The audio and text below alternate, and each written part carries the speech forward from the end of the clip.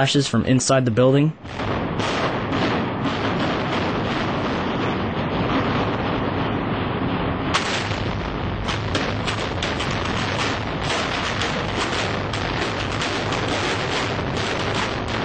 And a number of crackling sounds before the buildings collapsed.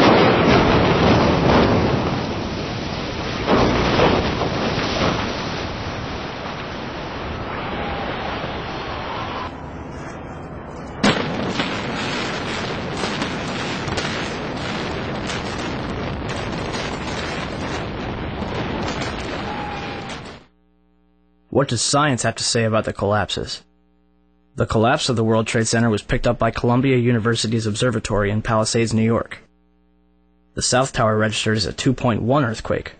The North Tower registered as a 2.3 earthquake. Won Young Kim told Chris Bolin that their seismographs pick up underground explosions from a quarry 20 miles away. These blasts are caused by 80,000 pounds of ammonium nitrate and cause local earthquakes between magnitude 1 and 2. The 1993 bombing of the World Trade Center did not even register because it was not coupled to the ground. During the collapse, most of the energy of the falling debris was absorbed by the towers and the neighboring structures, converting them into rubble and dust or causing other damage, but not causing significant ground shaking. Mark Loiseau, the president of Controlled Demolition Incorporated, told the American Free Press that in the basements of the World Trade Center, where 47 central support columns connected to the bedrock, hot spots of literally molten steel were discovered more than a month after September 11th. These incredibly hot areas were found at the bottoms of the elevator shafts, down 7 basement levels. The molten steel was found 3, 4, and 5 weeks later when the rubble was being removed. He said that molten steel was also found at World Trade Center 7. The highest temperature was in the east corner of the South Tower, where a temperature of 1,377 degrees Fahrenheit was recorded. The molten steel in the basement was more than double that temperature. Do you still think that jet fuel brought down the World Trade Center? In all the videos of the collapses, explosions can be seen bursting from the building 20 to 30 stories below the demolition wave. Here,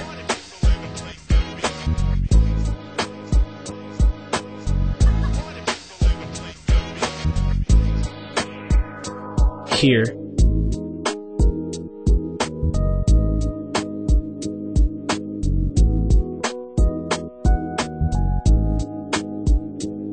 here,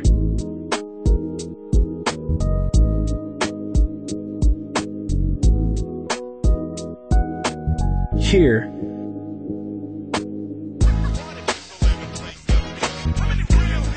here,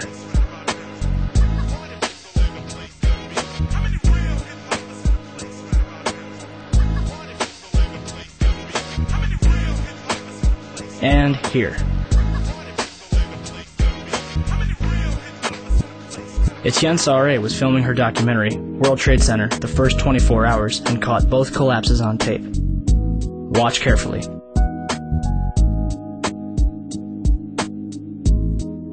The tripod shakes 12 seconds before the North Tower begins collapsing.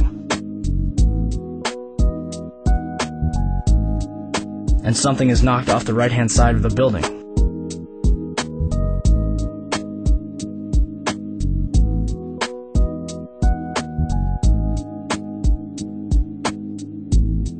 You're probably asking, if there were bombs in the building, how would they get in there without anyone noticing? Ben Fountain, a financial analyst who worked in the World Trade Center, told People magazine that in the weeks before 9/11, there were a number of unannounced and unusual drills where sections of both the Twin Towers and Building 7 were evacuated for security reasons. Daria Cord, a guard in the North Tower, told Newsday that security detail was working 12-hour shifts for 2 weeks before 9/11, but on Thursday the 6th, bomb-sniffing dogs were abruptly removed from the building. So who authorized all this? President Bush's brother, Marvin, was board of directors at Securicom from 1993 until fiscal year 2000. Securicom, now known as Stratasec, is an electronic security company backed by Kuwait American Corporation, which provided security for United Airlines, Dulles International Airport, and from the early 1990s up to the day of 9/11, the World Trade Center. Marvin is also the former director at HCC Insurance Holdings, which insured parts of the World Trade Center on 9/11. More information on this was supposed to be disclosed and never was. To date, the SEC has not revealed what they have learned. If only we could examine the debris from the World Trade Center and figure out what happened. Unfortunately, Mayor Giuliani began shipping the remains off to recycling yards overseas before investigators could even examine it. Not even FEMA was allowed into Ground Zero. Essentially, they blocked off a crime scene and destroyed all the evidence. Guess who was allowed into the site? Controlled Demolition, who was also responsible for cleaning up after the Oklahoma City bombing in 1995. It gets better than that. On July 15, 2001, Controlled Demolition destroyed 2 400-foot-tall fuel reserve tanks from the World War II era. The demolition was conducted for no apparent reason and drew numerous complaints from the neighborhood. The site remains vacant to this day, and a reason for the demolition has never been disclosed. Regardless, I think what happened to the World Trade Center is simple enough. It was brought down in a carefully planned, controlled demolition. It was a psychological attack on the American people, and it was pulled off with military precision.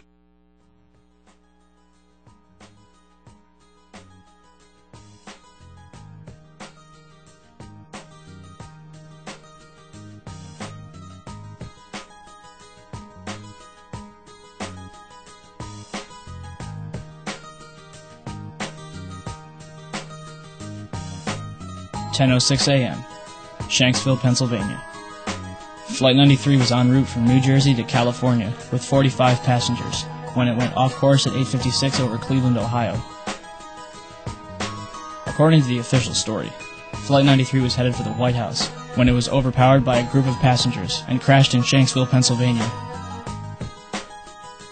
Out of all of the events of 9/11, the one that has caused the most confusion is Flight 93. It was shot down, it wasn't shot down. However, evidence suggests that perhaps Flight 93 was nowhere near Shanksville.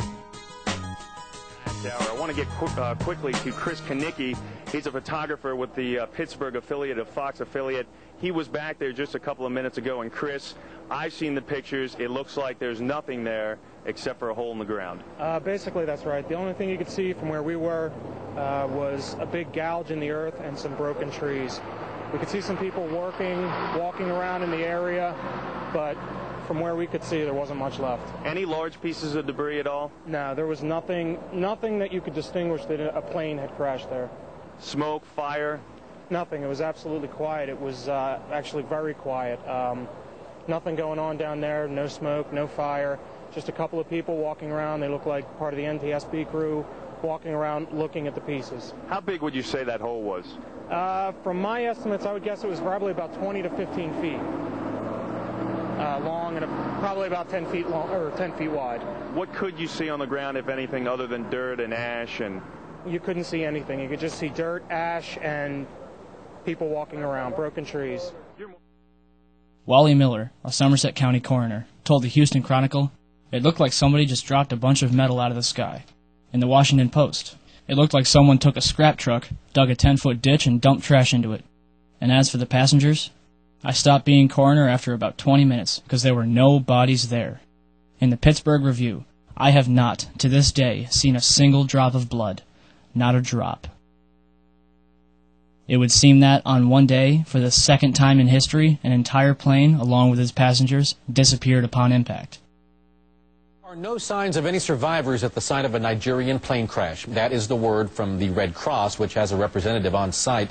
The first pictures of the crash scene show a large crater with the Boeing 737 broken into small pieces. The plane crashed shortly after taking off from Lagos in a heavy storm. The flight was going to the Nigerian capital of Abuja and was believed to be carrying some senior Nigerian officials. So if Flight 93 didn't go down in Shanksville, then where? You ready for this? Cleveland. At 11:43 on September 11th, WCPO, a local TV station in Cincinnati, Ohio, reported that 2 planes landed at Cleveland Hopkins Airport due to a bomb threat. United Airlines identified one of the planes as Flight 93. Are you confused? Well, it gets better. Check it out. At approximately 10 a.m., Cleveland Hopkins Airport was evacuated amidst rumors that a hijacked plane was going to land. Passengers had to leave, but couldn't drive. They had to walk or hitchhike.